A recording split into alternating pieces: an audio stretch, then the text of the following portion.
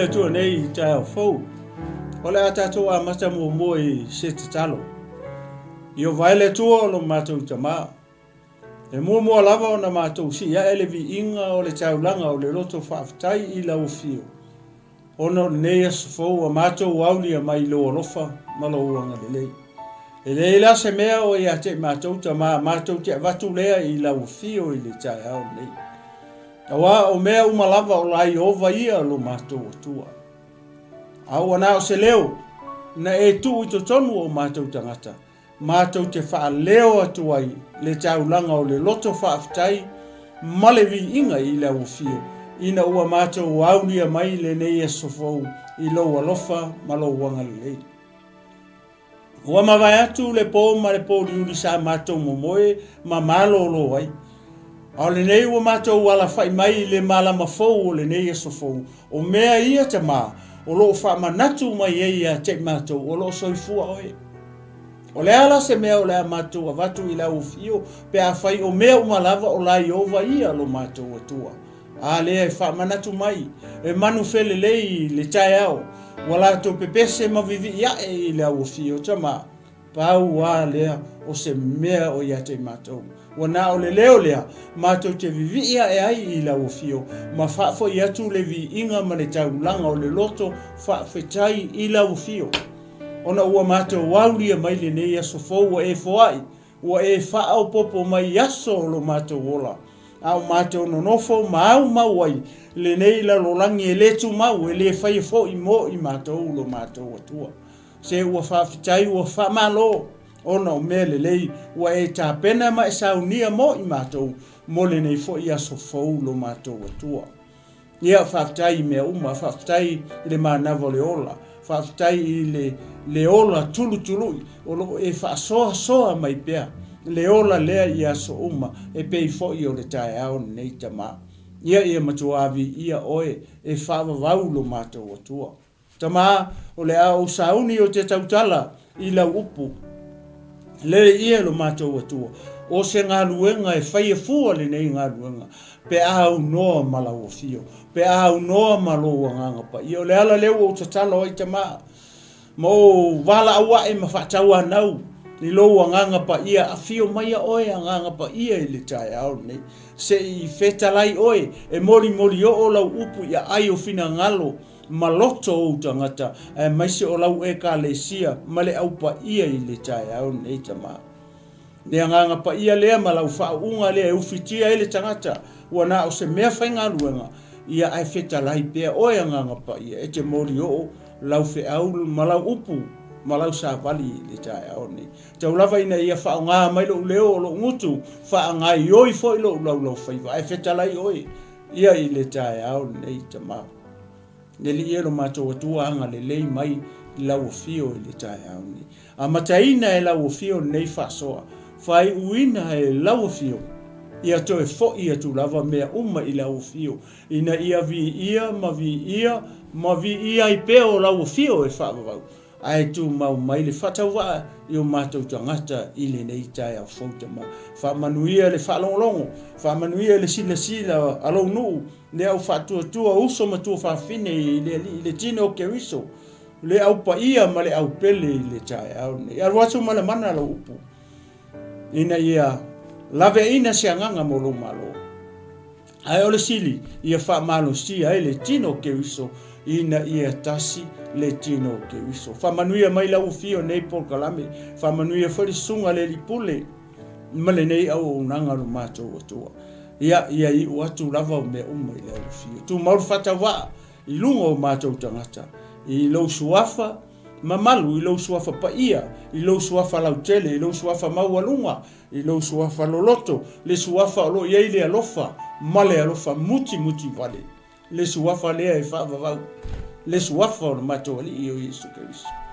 o te talo ma vala au to nei amene ma amen ya ia le tu nei tai au fou ia ele manatu male tai tonu nei tai au ia le wo to amatalia ia por kalam nel grupo Kingdom TV channel taluai ono nisi ufuafuanga sa maloloa i vai aso ato tuana ietu. Ia whaftai le tua, le ua maua le avanoa, ia e toe a matalia, ia le pokalame Global Kingdom TV channel, ia i le nei tae au fau. E whai e lalu leo, e whai ma whonga tau moli moli sunga le li whatonu, sunga le pule, pasta mai ki whapea wharitua e asawa, ma le nufualo. Ia malok tangata e misi foi ia o le Global, e whatalofa atuai ma le anganga whaaloalo, ia i le nei tae au fau. Ia i le paia ma le tapua inga Samoa, ia i le nei asofou, ia ua tātou aulia mai le alofa ma le anga le lei o le toa, ia o paia mo sa Samoa, ia o le aha le toe o lava i sa matou whamtalanga, awa e le toe se poto ma se vave, na te mawhai o na toe o wina o paia Samoa, o e o le ia i vivia, ia e manatu mare taitonunga, o paia na mai le vavau, e o lava i le whavavau, le to e se poto na te mawhaia o na to e awo wina ia pa ia o Samoa ia e au mai le pa ia na fu ai pa ia uma le pa ia le na fifo mai le langi alu atu le sa tauro ma luifo le tunga mau mato e tu manu ma lo mai ina le o to e fio le langi o lo a fio le tu tama tau o le tama ia e fata alofa atu ai ia maavanga li mai ia se fa matalanga ma se fata alofa ia i le nei tae fo ia ua tātou auli e mai le lofa ma le anga le lei o le tua e manatou ma le teri tonunga mo e maleifua mai i wha malolonga i le nei tae au ona o le anga le lei o le tātou tapa au i le langi ia whatalo whatua i foi la i le au whai ngā luenga to tofi a le tua ia o lo whapena ona tala whauto i tonu hao tia ronei ia ele ngata ile ia ole au whainga luenga pa ia le atua mo lato whatua o le ato lo whapena ona ta se itulou ia itulu inga mo ole nei lero langi ia ona ole tala ina lava ole tala le lei ole malo le tua ia whatalo whatua ila ia te oe ia le tangata o le tua ia malo whare tua ia ile nei tae au fo malo soi fo manuia malo le langi ma ia ngata fo ileo tine keviso le au paia, le au pele, le au whatutua uso me tua hawhine i le li, ia whatalo whatu ia te oe. Ia male anganga whaaloa tele, nei tae a fau, ma loso i fo manuia, ma lo talo, o lau te talo. Ia leo lo o maua i pia foi, le ma losi sunga li whatonu, ia ma lo tangata a misi o lau whainga lunga paia le tua. O lo o auto wa mai lea tae au, ma lea tae au, ma lea aso. Ia au ala vale fola ina, ia ole upo le malo le tua ia ole tātou ngaluenga e whaiteli o lo tātou tausoa ina whatasi ia le ato la aua le tua ia whamalo ma whatalo whatu ia te oe nei tae a fau ia ele ngata fo i leo wō ma pa angar Global whia lava o e a whio ai ma e alalai ma e sa ili malo ai i tue whio le nei ke lope ia whatalo whatu ia se oe male anganga whaaloalo ia ili nei tae au fau maloso i fo manuia ia le ngata fo i lea ia o le sunga le whawhiangainga ia whereti ma le wharitua ia tise ma nufu alo nei tae au fau ia maisa rea ka le sia le alofatu noa ia i mangele ia maloso i fo manuia ia whaftai talo le ngata fo i lea ia o le taitai sunga ia elia tawai o lo whapena o na lala mafio nei tonu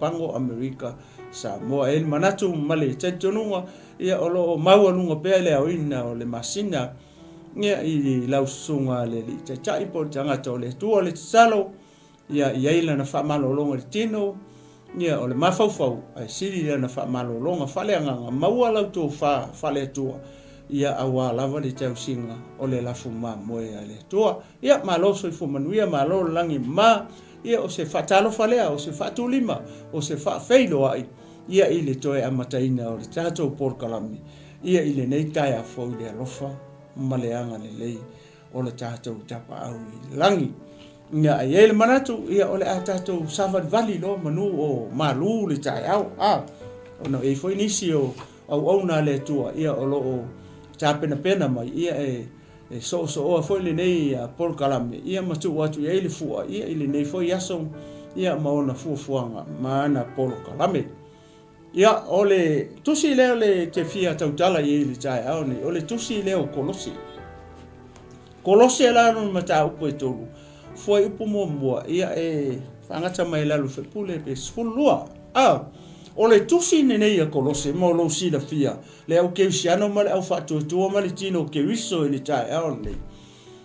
Ole kalesia le po le nu le ono e kalesia ia ta mai tonu le fiango pa ia le tua me se fianga inga fo ia ma le fianga inga tua i fo o la fa ingo nu po ai fo te peila ole tusi le o Kolose ole ngo le nu e tele la tangata ole o mai le nu le tonu ole fiango pa ia le tua le se uma foi le ia na tau lau atu le o tangata o tangata i longa o le ngaluanga le tu e ma tangata na muli le ministry a foi le apostolo ile taimi na ua sa le apostolo e tala i mai le tala le inu mana tua e fa sa mo apostolo ko e alu sau longa lua ko e alu sau no tolu to e alu sau lo longa fa sau nga la apostolo longa sau ama maliu lo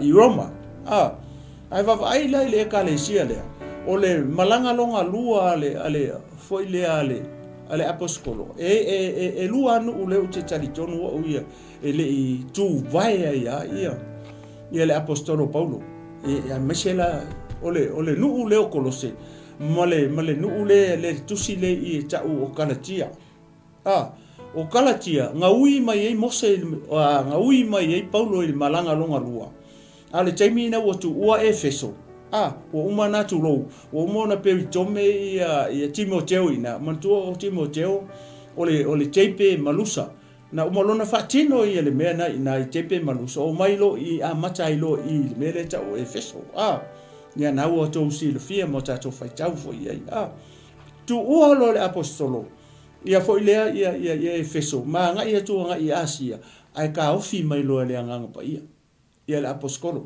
au ngi e kau kala i se upu i Asia ko le winga la lo famtala nga uia ko ile le apostolo i le ai le ka o Kalatia nga ke le ia o ai le upu le tu nga kele i kala ingai le tusi le mai a Kalatia e mai o le farpui pe la fo la kusi le ne mai a Kolose o la io te talitonu ele ku vai ele apostolo o Kalatia ma Kolose nga uia ko ai ele apostolo malanga longa lua na watu ua Efeso e ku ua ele apostolo malanga Efeso nga ia tu Asia familia nga o le tu au ange e kaukala i se upu e kasi i Asia ako ai vava ai la i le fafanua le mamao o le mea tau Efeso ma le mea tau o te roi lunga e laka i maskongia ma Europa o inga fako ako e kaukala e apostolo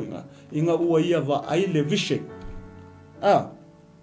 alo winga la la tu la le vaenga asi o foi mela i le tusi le ai le o Kolose pe o no fai tu ele io o ele apostolo Paulo ai o le ele tangata le i le farpui le temi le na tusi mele tusi pe ai va ele mata o po fa le tusi le o Kolose le i le tangata sa ka muri ia Paulo o le tangata na nga alu ave ia le kala le longo o Kolose o le tangata e ngo ia Epafara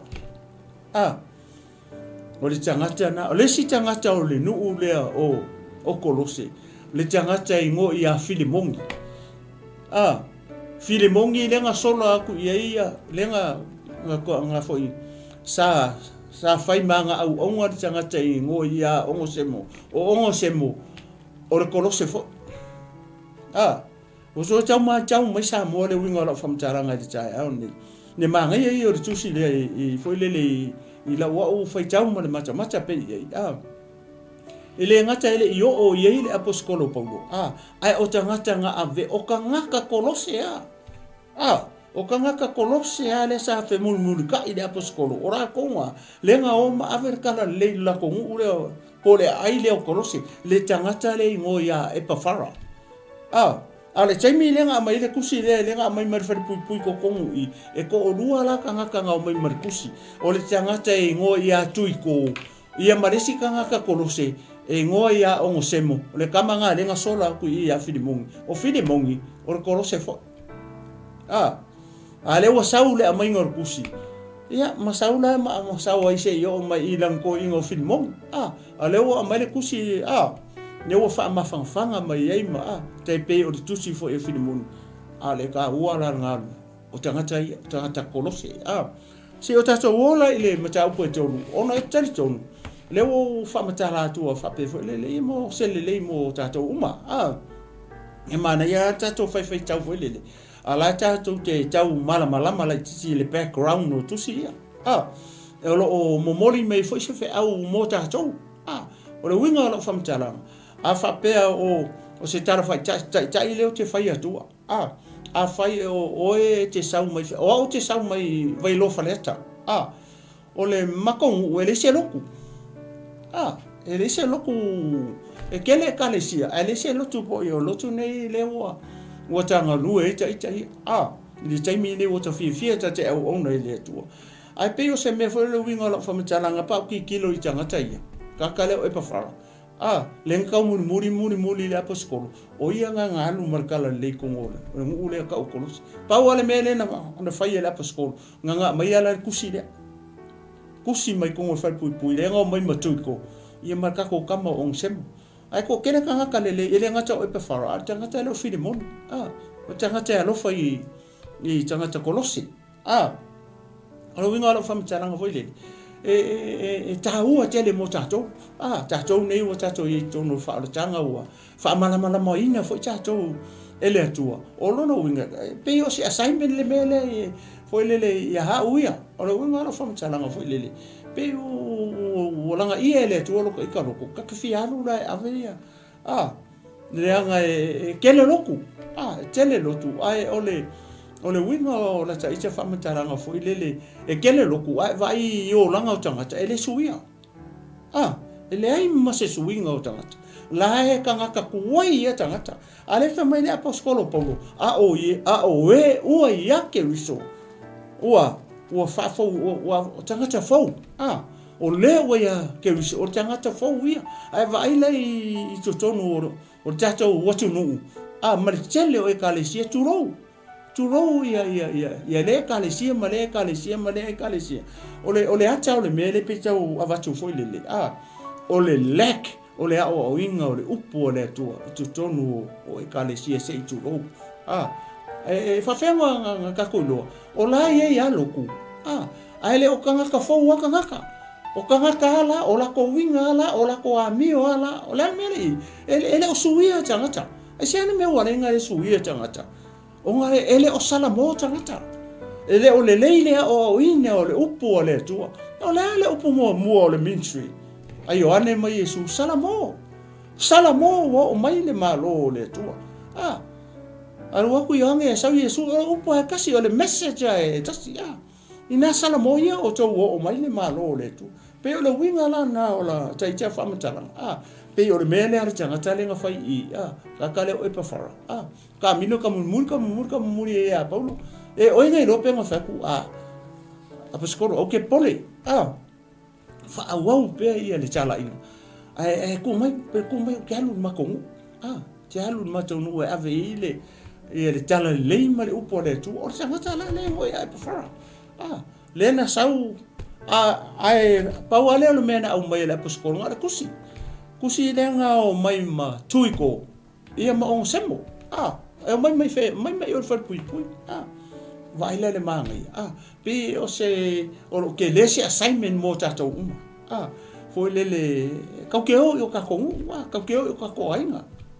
o lai loku ka ko va ai ele ai ma se suinga le o langa o tangata o ka ngakala ngai ngupia mai ale siko inga o lai kiki la o makua tu lo la o ursinga la o alu ko o le si la o mukurvai lo kiki e tia se kulo ala le suia le o langa ma fu mai la isia ma fu mai la ona o le o ina la le upu le tu Ia ma Yesu Keriso ele o le loku.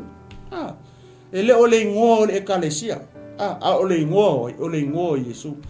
Leanga o le ingoa ngai malolo ai mai. O le ingoa ngai o i fafuke mongi. O le ingoa ngai kuku o ia tangata uoti. E malolo ai mai le ingoa ngai. O le ingoa le loku le ke alu makau wamo solo se itu lou le tae au nei. Ele ai ma se mai e malolo ai. Ele sui ai se o langa o tangata i le ingoa le kalesia le alu tangata mamu. Ele malolo ai se. Ele malolo ai se mai. Ele sola ai se ke mongi. Kasi a le ingoa e sola ai te mongi. Ma malolo ai mai. Nga o le ingoa po le suafa o lo tato wali i o Yesu Keriso. Ia pe o se tūranga lea foi lea ke kau avua tuori tangata lea i lo o mawhawhau mo lo loto. Ono makongu e se roku whapea. Ai o le pe o se me foi le walanga ia foi lota loto. Ka ke fia halu ala i loka mo. Foi le e tau ye Yesu ka ke leo avise loko. Ta te alu e kau ye Yesu. Yesu le Yesu fa malolo. Yesu toitu. Yesu loto mawalalo le Yesu alofa.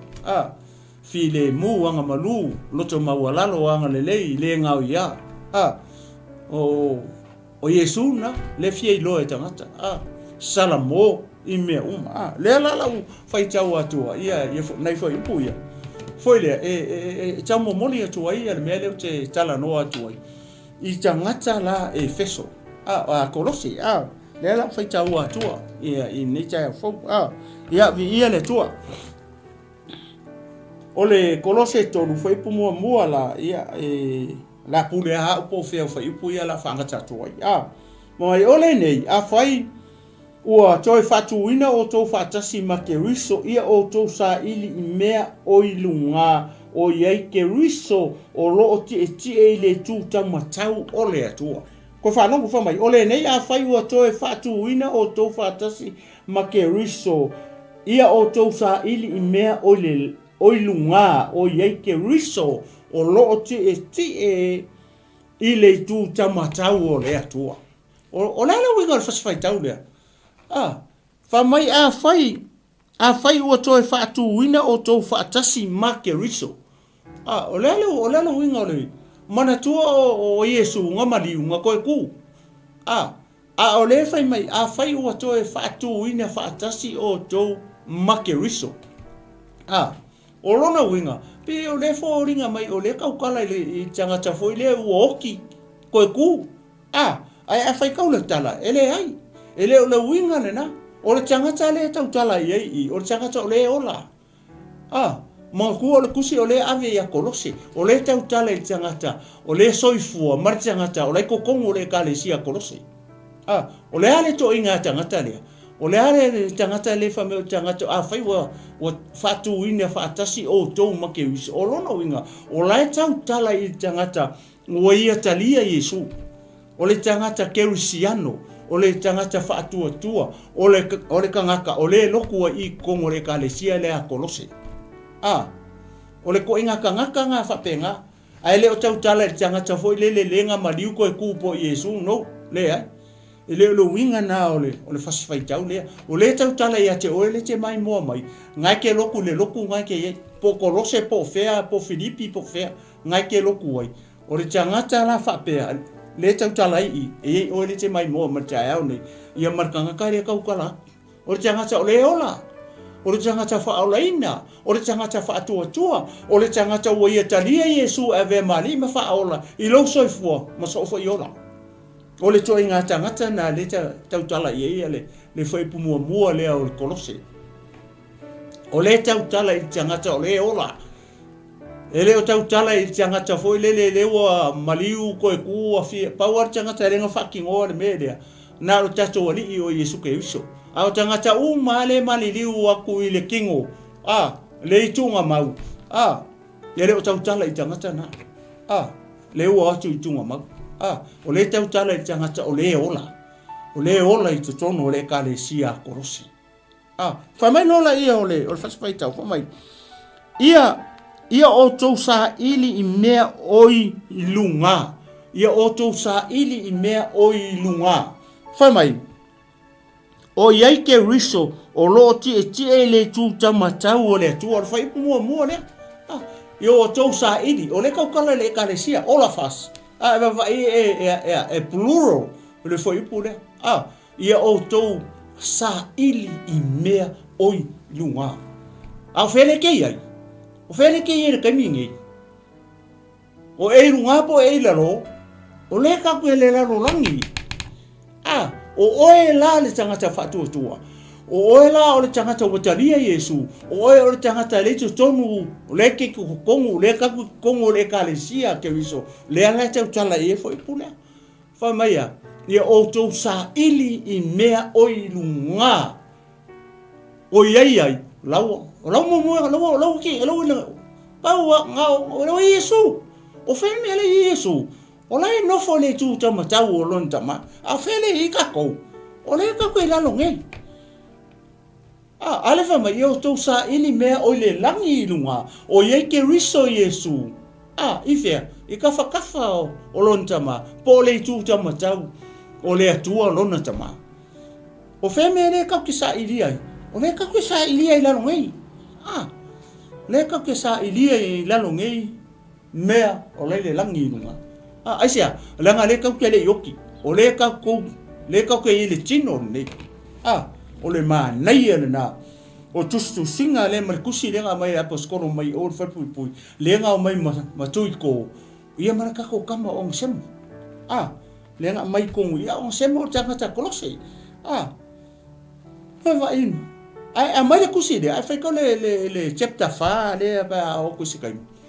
O lai ei maritangata le ngo ia e pawhara le nga alu avele le kala le kongu kolose longa nguu. O lai ei o le whapui le ei mai le aposkolo o ma reko ma la ko uma maluka lai ei uma o pai fai tau nei le chapter 5 o le kolose lai ei uma o le ori ia ale o mai kusi o lai le kusi le o mai le aposkolo e fa malo sia I kolose e fa malo sia I tangata whatuatua.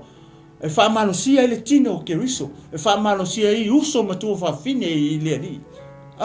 Ina ia tū mau. Ma sa ili mea o le langi I lunga. E le whai mai le ekalesia. E o kou sa ili mea I lalunge. No. O le whai mai le kusi e o kou sa ili mea o I lunga. Lunga I whea. Lunga o le langi I lau e Yesu. Lawa nofo le tu tamatau o le tama. Vai le manga yo. O le pinpoint mai o le kusi e mele kalesia. Kusi e mai o le ki mai moa mai. Ia maa fo le kaukala.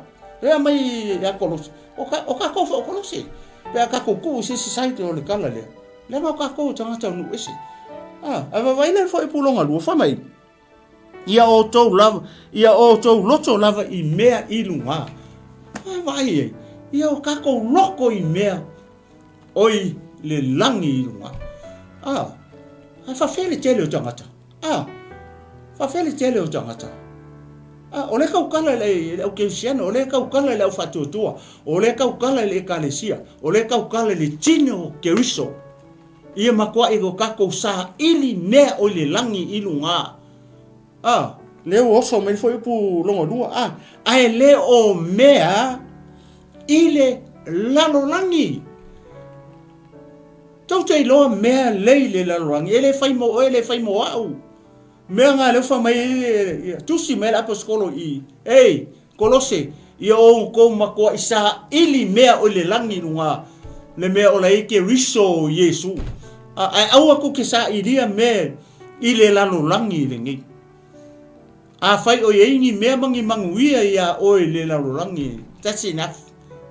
Ua ngaka I ngā lo manga o I mea o le lalo langi. Aisia, langa le fai mo tatou. O wheme ka koe o, e kau ke a ngai iei. O whele me le focus iei ar kevsiano. Kau ke focus e le malo o le atua. Kau ke focus e le ola e whaavau. Tātou te leo focus I mea o le lalo langi ngi. Langa I le aso e umai. E le aso e muka I mea uma le lalo langi ngi. Lea e tau te awhiwhio I mau ngofo I foi malo. E le aso e umai. Ua uma o ngā whaa ka kia e le atua le aso e umai. A le fa mai ia o tau matua i a. Foi ia o tau loto lava I mea I lunga ai le o mea I le lalo langi. Ia kako loko I mea o lunga mea lai le langi. Wa mea lai le langi. Mea lai a fio ia ke riso Yesu I le tu tau matau. O le atua. O mai lola ia le foi poe. E tolu famai awa ua oti oto ua lilo foi lo o to ola fatasi makeriso ile atua ua oki kako dale winga media le ua kako fa sa kauloa mea o le kingo maku inga ngau ma mea o le larolangi nge o mea o le kingo o atu ina nau o le tino o mei ua e fa sa kauloa o kango fa sa kaulo e sau I e kalia Yesu o sau tono le kalesia ke riso o o tangata fou ke le o koe kangaka kuai le o fa sa kaulo o le fa sa kaulo le tu ina nau o le tino o le faika anga o le o nganga o le ifo I kupua o le faika me le anga uma wa meanga o mea o le kingo ai vava ai le kartia lima se fulu fiku le meanga lau mai ngā po ula o nanga kele o le mataua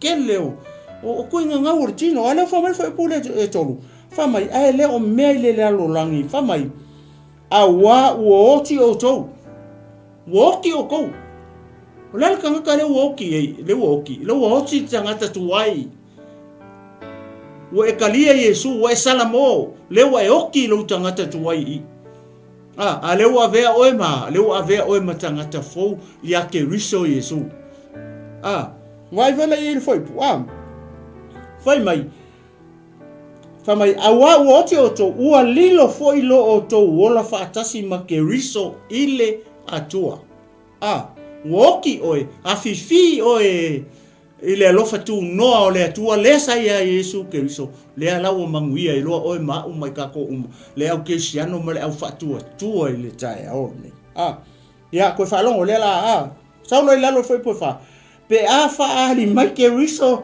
lo tatou ola ona I loa I lea o tou faatasi mai ia I le manuia o fele me end up oe le tangata lewa wa fa crucify the flesh ma mea le fa sa kaulo ku inga ngau o le kingo fe me enda apo oi enda apo oi le mena fa mai pe fa ali mai Keriso lo tatou wola wa kako wola ye Yesu Keriso ai le kai mi fa ali mai o la kai mi fa ali mai longa ko ya fio mai I le aso o le sitianga e oki la o e a Keriso Yesu e ke koe va ai le mele ke koe va ai pe a faali mai fa mai pe a faali mai Keriso lo tatou wola fea nga kau kala mo te Salonia no mata upo fa upo se fu korsu fa so limo so fixu valo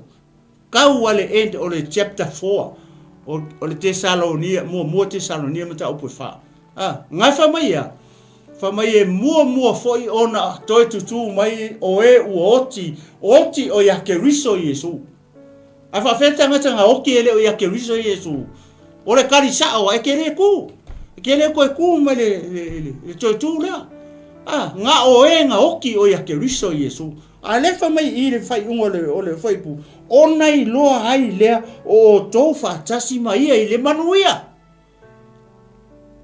o le tangata le o manguia o tangata ia tau tala ile tusi le aposkolo tangata kolose pe a faila la ko ke ola inga le me le ko fa mangaku me le aposkolo e fa penga o ele ke mai mo ma tsae ne ma u le tau tala e le aso e toi fa alia mai Yesu Keriso le aso si tanga I longa ko ia fio mai ona ta tau fa tasi le mai ia ifea ile manuia ai fa feta ngata e oki ele o ya Keriso Yesu fa feta ngata kango inguru vai la au fa feta ngata kulonga kango sisi longa ua nga pule longa ora kango fanga ngaia e ke koe kure fa mai te Salonia o le kari ele ai e ke le ku nga oe na oti o ya Keriso Yesu sa mo mare au ke usiano mare au fatua tua ele tai au ne e ke fia ye le manguia le e te fia oti a e a ke riso Yesu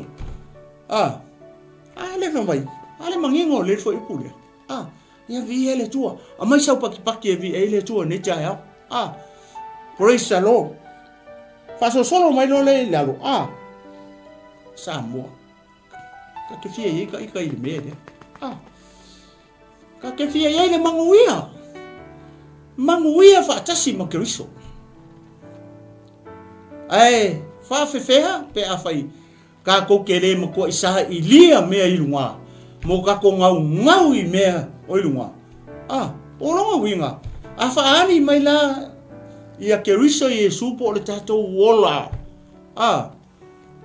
ka kele isa ilia mea ia o longa winga o le kalimangingo o le opposite side o le foi upulea e kele va i manguia pau ale me va i tangata o le mahalaia ma le fasala le tua e fa ale fa kusi mai a Kolose fa longo le lei mai ia ma ko sa ili me o le langi lunga awa ko ke sa ilia me o le langi le alawa ya oi fia alu le manuia oi fia e fatasi ma ke wiso le manuia ke fia ye o le ke mai mo marka au ke fia ye me se pati vi ele tua pe a fai ke fia ye fatasi ma ke wiso ile manguia ile aso fa hali mai le tato le o Yesu ke wiso ile aso le sitianga o Yesu ele saula longi e fa kali mai lunga pe o family tusi na Tesalonia e fa kali mai lunga wao ai si kia aku ale fa mai aku fa kasi tangata ye mo mai ola ile kaminga tangata ola ola tangata mi oton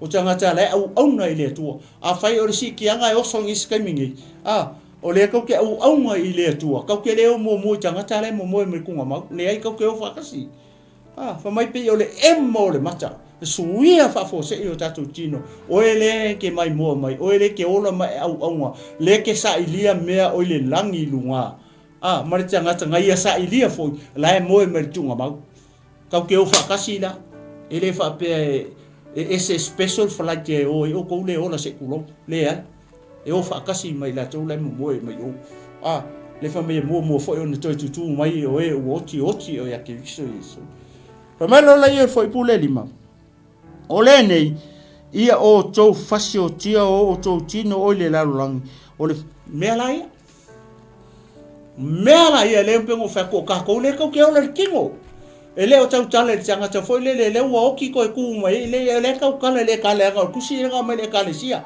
nga mai tanga ta ola na mai tanga ta ola e ola to tonu ola nga lu e tonu le kala sia ko lo se le nga mai kusi le o le ala fa mai o le kasila le au wala ka ko ke faia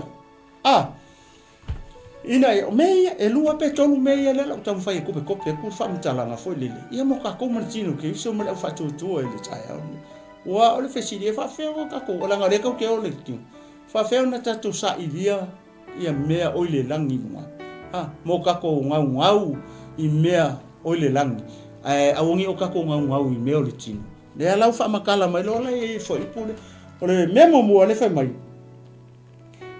ia o tau fasio tia. Ia o kou fasio kia, fasioki. O le winga o le mea, fasioki. O le crucify the flesh. Fasa kaulo ku inga ngau o le kingo. Fasioki. Fasioki tu ina nau o le tino. Vava ia, pe lima e me le kau mai I.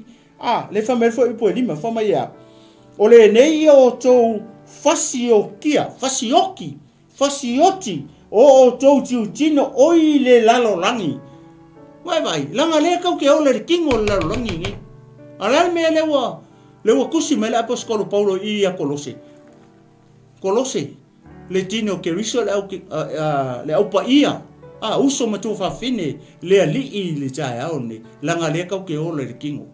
O le ale me kau ke faia, fasioti o tatou tutino ile lalolang o mea la ia le lau kua me lima ia famai o le faita anga fasioki le faika anga ai faita o le kalatia se furu fiku le mea ngai ai lima me ia ka umai I le kusi me la apostolo le kusi lenga mai a Kolose fasioki lea fasioki le faitaanga tupulanga kala vou ngei o ngapo ua makua I fia ia kupulanga ile merea ele nga kupulanga e o foi tangata lai fai o la ko wa mo la ko kai ko rua la e ona le ko inga o langa fa pe kulo o la e ia le tangata le mai mo Amerika ya ngi ma fa longo mai o nga ke ye ko kongo loku a le fai o nga e fasi o kia lo I ku kingo le ke fia ni me ka o le faita anga la ke fai fa lilo ele o lo e la wa ele o lo e la kange o la sila mai le langi le tua sila mai langa ki sila fia lau mea ma le mea leo ke faia le fa mai fa sa kaulo ko ku kingo oi le la langi ese langa le ko ke le la langi ko ke le yo ese ma la langi le ala faita anga faika fai aku le ka yo fai ang ele ka yo alu I Amerika fai le ka sau I New Zealand fai le ka fea alu fai le ka ala ki ya ile ava ia po le kange I Samoa ala mele fai sau ngi fai le ka pe alu ya Australia alu fai ele ska ala ngofo mele fa finge po le kama lo I Samoa ala mele fa mai lang ole ave le kalesia ole ave ya kolose o fele ke ye o le ke mai mo mai ma o le ka kalaku o le ka ku kongo le kalesia ke riso ale fa mangaku mai le ka ya o ngi pe o le kusi le wa mai ave ya kolose kolose o le ke mai mo mai a o le ka kalaku ka ko le ko kongo o le kalesia ke riso ia fa sa ka no ka ko ku kingo le anga le ka ke le la rangi me mo le o le faita anga lua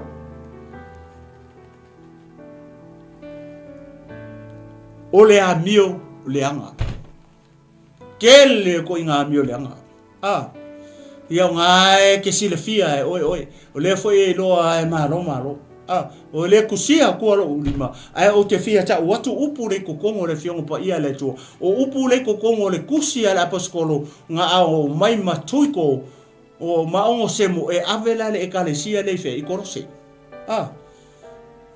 o ki lo foi la uia o ke le famasingo sesi ai o te fia ta watu upu kusi langa o le ko kongo le fiongo pa ia le tua o upu ia sai ko le ko kongo le kusi lewa a mai kongo le fiongo pa ia le tua ka ki ai inga ia fa mangaku ai korose fa manatu ai o le tangata ke risiango le kangaka fa ola inga le tangata fa mai o tangata oia talia Yesu le tangata o le loku o le o ti a kono o le fola o le kama ka kan palau o le kingi pese o le kama ka peis ka ko uma kofu ka ko le pat le pe lei tonu o le kalesia kolose le ufa mangaku mai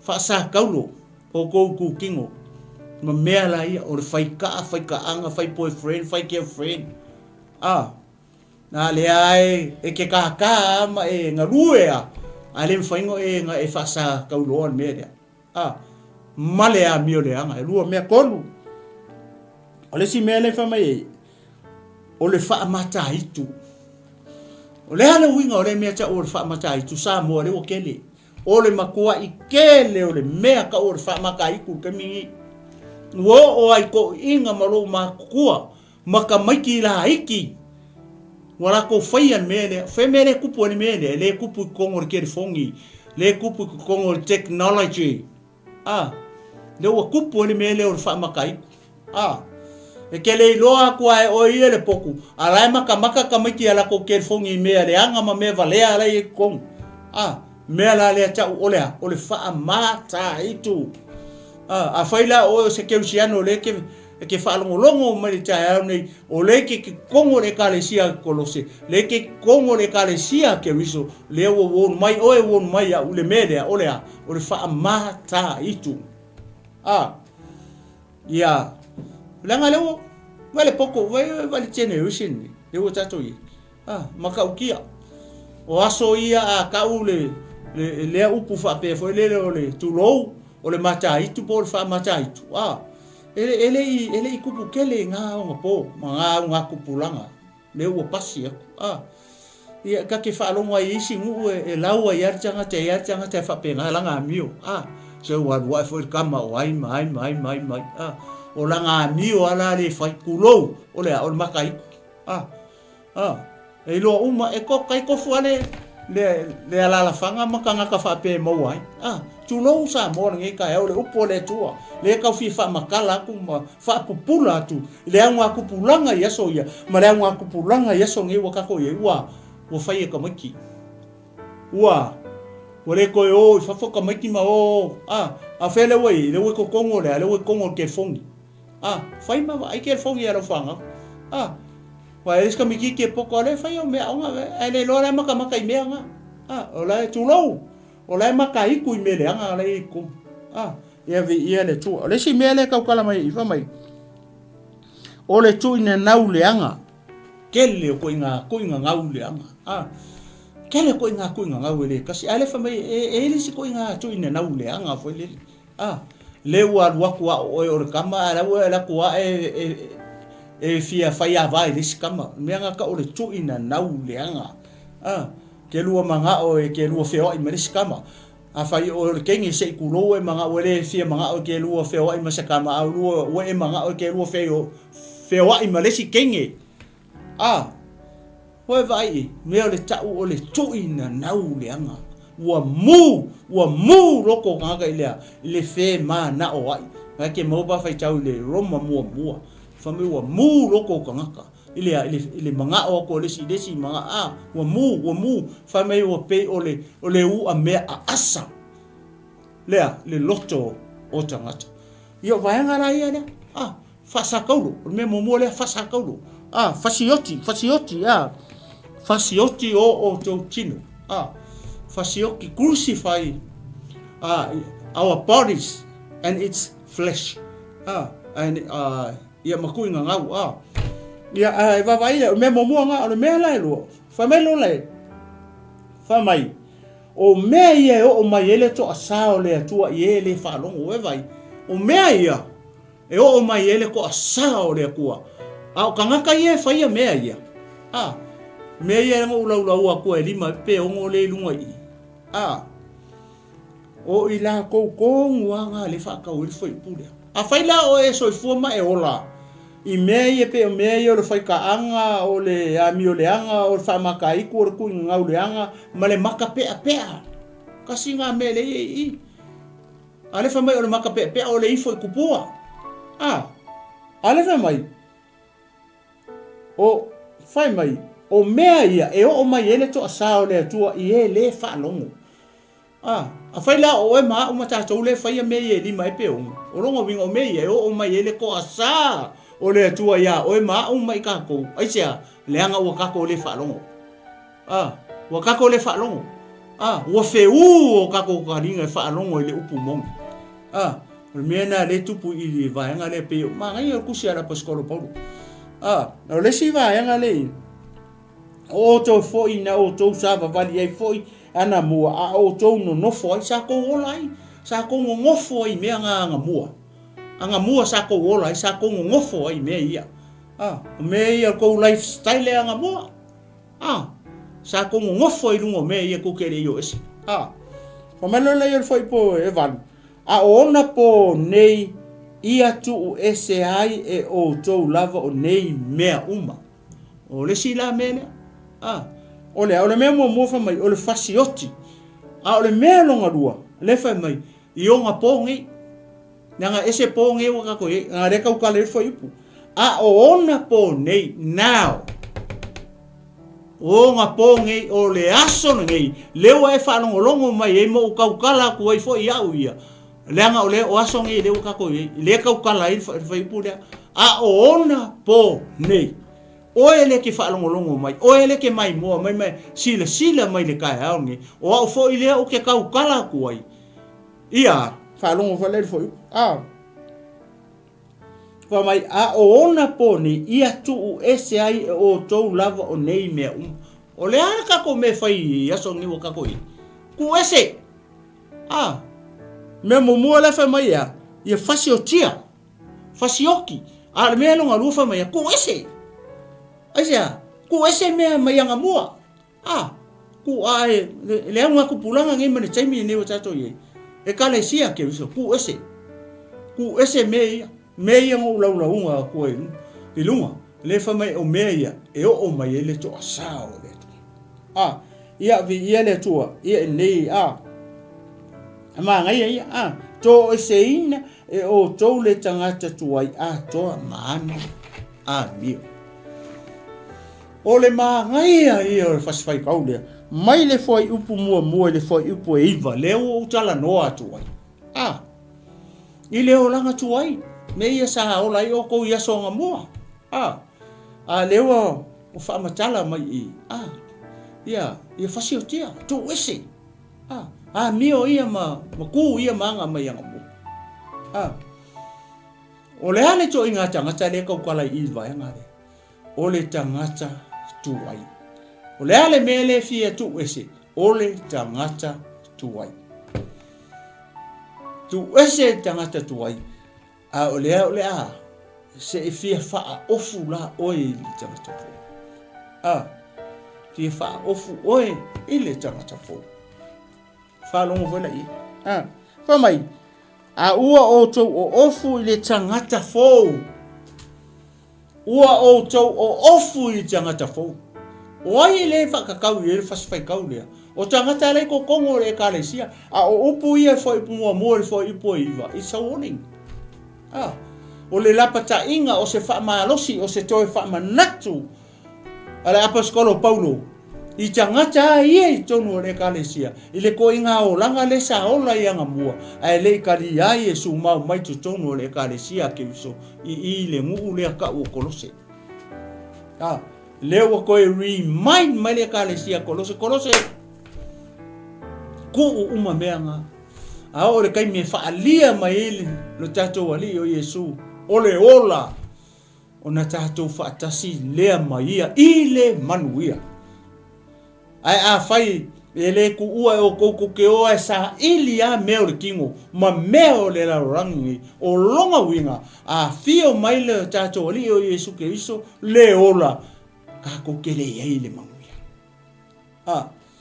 o le ngai a leo le fo le fa kula nganga mai le apostolo Paulo o le kusi fo le nga mai i le kalesia le akolose o le ase o le ase se fa manatu mo tatou leo ka ko ye nge o nga kupula o nga mo tatou o le kali i e nga ai sia langa o le ka ko ye le mea ka o le aso nei o aso nge le ka ko ye le fa mangaku mai le apostolo Paulo i le kusi le nga mai i kolose fa mai ua o tou o ofu i le tangata fou o le ua fa fou wina i le poto vai ka ua ke le poto ua o ofu o tou ua o ofu o tou i le tangata fou ai sea langa le ua fasioki i le kingo ua ku ese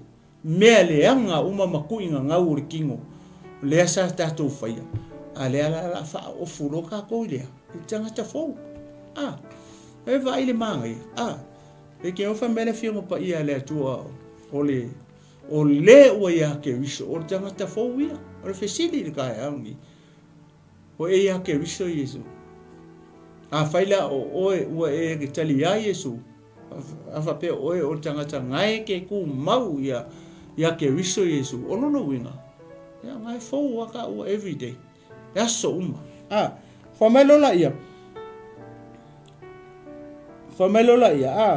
fa ipu mai e fa tau ia folinga i lena faia o ia ele o ia se eleni po se utaia o se perito mene po o se le perito mene o tangata unu ese po se sekutia o se polonga po se sauloto ua ia ke riso mea uma o mea lenga senta uma mea le kua i longa alo i Yesu Kristo va ile macha ngo fie o le fainga o le kusi ala apostolo lenga mai akolos ya fa mai lola ia mai o iai foi o ia i mea uma na Yesu I mea uma. Yesu ale o ngata tonu o mea uma ma plana le tu. O mai ole nei, ia o ofu o tau I le alofa muti vale. O fōringa la ia o tangata fōu. O fōringa ia o le ofu ai o ele ke mai moa, mai whalongolongo mai le tae ao ni. Ia maa o fōi. O fōringa ia o le ofu. O fōringa ia o le tangata fōu. Ia o ofu o tau I le tangata fōu. Whawhenga loa le tangata fōu, kei loa la I fōi pūrea. O kei loa ai, ne mea tau o le tangata fōu, male tangata o lai ake wiso Yesu. Langa kele ke Luciano fo lele ke ala kulisi mea lai pala ula vo vale. Kele ke Luciano fo lele o pepelo ia. E kaukala mai ala nga ke Luciano o pepelo. E fa penga. Falongo falai, fa mai. O le nei ia o ofu o tau I le alofa muti vale. O fōringa ia o le ofu. Fōringa ia o tangata fōu. O le tangata tumu lai le mea lea tau ea. O le alofa muti vale. Lua o le anga le lei. O mea ia te sila fia ima loa ai. Le tangata o lai ofu I le tangata fōu. Kei loa I anga mio ia. A whawhera tangata le ofu I le tangata fōu. Le kau kalai foi purenga ko mai ru. O le whaikaanga, o le maka pea, o le ifo I kupua, o le maka iku. O le ifo I kupua, o le onanga, o po ula o mea uma whapenga. Langa nele umanga lau mai kongu I. Whaikau le katia ni mga I uma se furufiku le mea. Mea umanga kauonga, o ngā kako wha sa kau loa I o tatou ziutinu. Langa ave o kako kingo ia, kuinga ngau o le kingo. O lesi mea le I whamai. Male loto maua lalo. Male loto maua lalo. Kasi ia fōringa o le. O le tangata fōu. Kasi ia fōringa o le ofu lea. O le tangata loto maua lalo. Ke longo fia le tangata loko maua lalo. Male kangaka loko wha maua luma. Ke longo fia. Ke longo fia tangata loto maua lalo male tangata. Le maua la unga Yesu le matai o lima.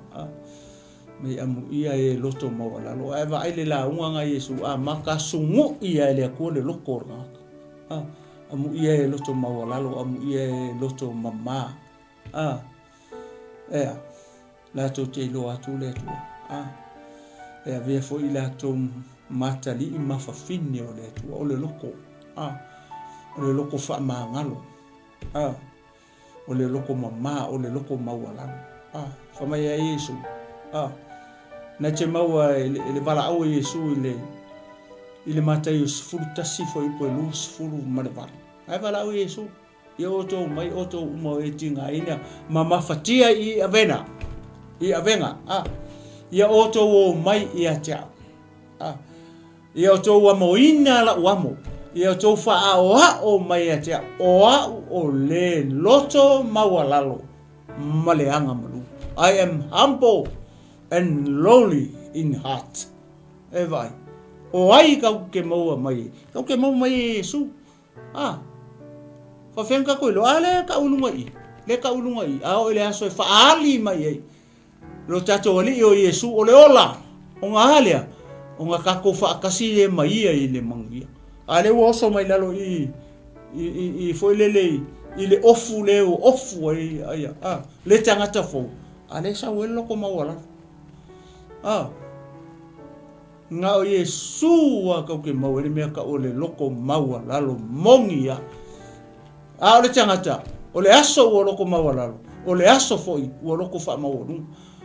O le aso ua loko maua lalo. O le si foi aso ua le wha maangalo. Ua ika ua ki ngā. Le maangai o le wala o Yesu i o tō mai. O mai e a te au.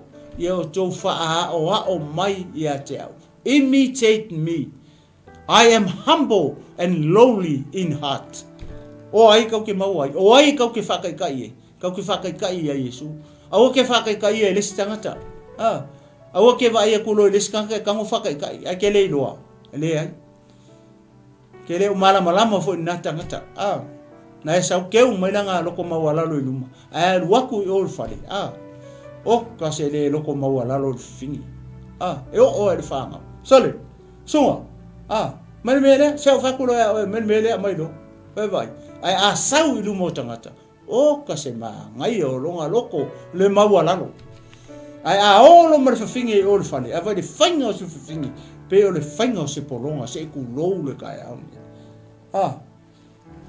le si anga le a fa mai maleanga malu o me le fa malau lau mai i fo ringa i ole ofu le tanga tafo o le kanga kai ofu i fu o le ia ke ia fu o le anga pa i o le loko mau alalu o le anga malu e le anga malo e anga malu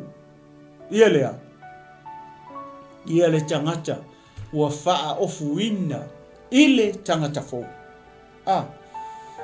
vi ia le tu ole si fa mai male ongo sai vai ongo sai o fo mai o le nga pa ia be patient ongo sai o mai lo soifua o e ofu le media o e ofu le mele o le ongo sai o e ofu le anga malu o e ofu le loko mawala ia ele karia e malor fisininga e kali ya uier fisini le e kali foi o ele ke mai mai le fisini le o e ofu i le loko mawala o e ofu i le ongo sai o e ofu i le anga malu ia e kali ya oi pe o nga fai e mfainga e sau falele fa hali mai lumo tangata ai mai lolo ko e alu o avele fainga o tangata ia me se sia wa po la ukange fo wa le fa penga ko ma lo la ki fai e fingi e fai fo e fingi ia la totane e fai ko la oso mai e fai ya ke o vai ko mo ki la pa mo fusu anga ku ma fu mai le sia le anga ile o ofu i me ia ele ofu kaunga ofu ai le tangata fo ia o lesi ia fa pei o ua filifilia le atua o ua pa ia ma ua alofa ina veva ai le o ua o la toule o ofu li tangata fo le fa mai fa pei o ua le anga malu male ono sai fa pei o ua filifilia le atua o longa winga o mau le ka ke ofu tangata fo ma ofu i mea o mau mai ka ko o tangata ua filifilia le atua ai se awa lai o nga filifilia fa pikoe le atua o mau mai ka ko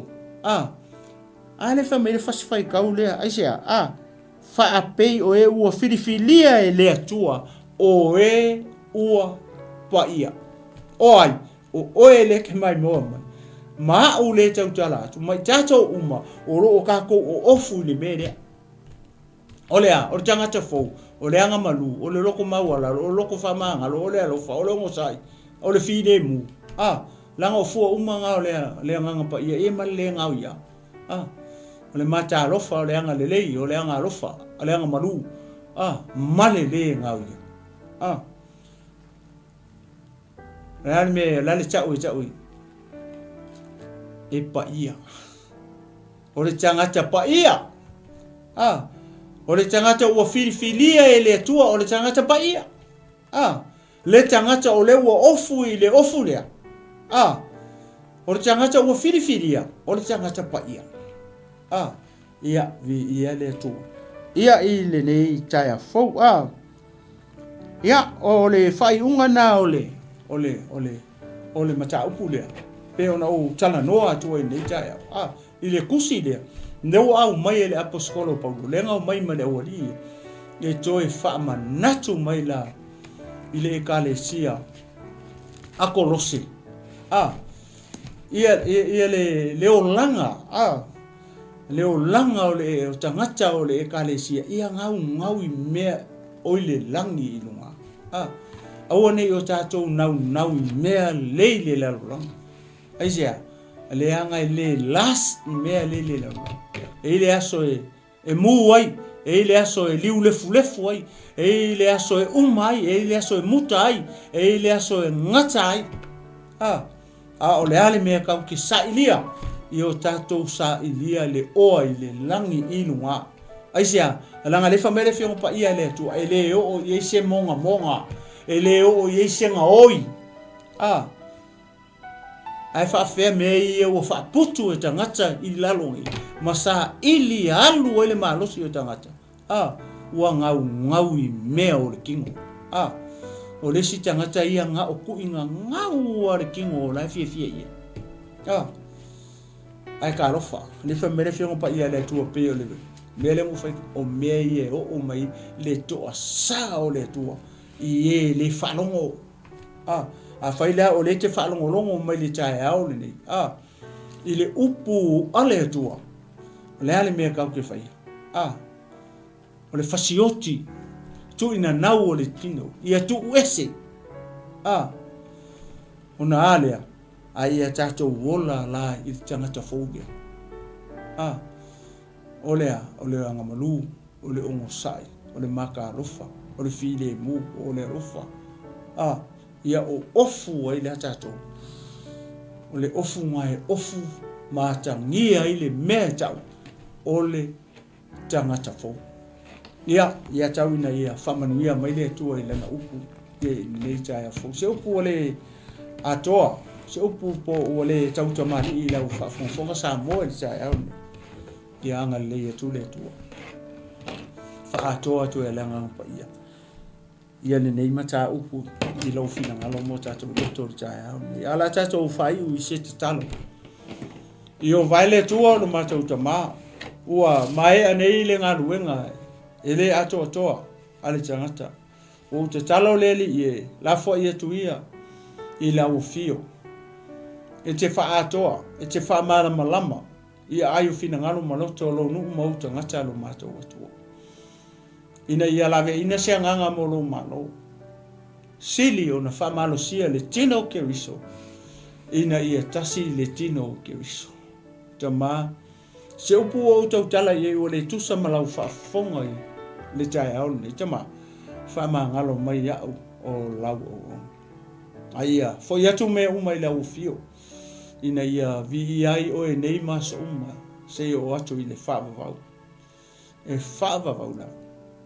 I lau suafa, i lau ingoa mamalu, lau suafa pa ia e maualunga, e lau tele, lo loto.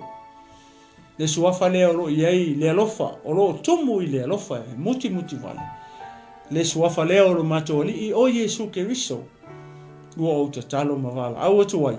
Ia ine nei rawa i tuaso. Amene, maamene.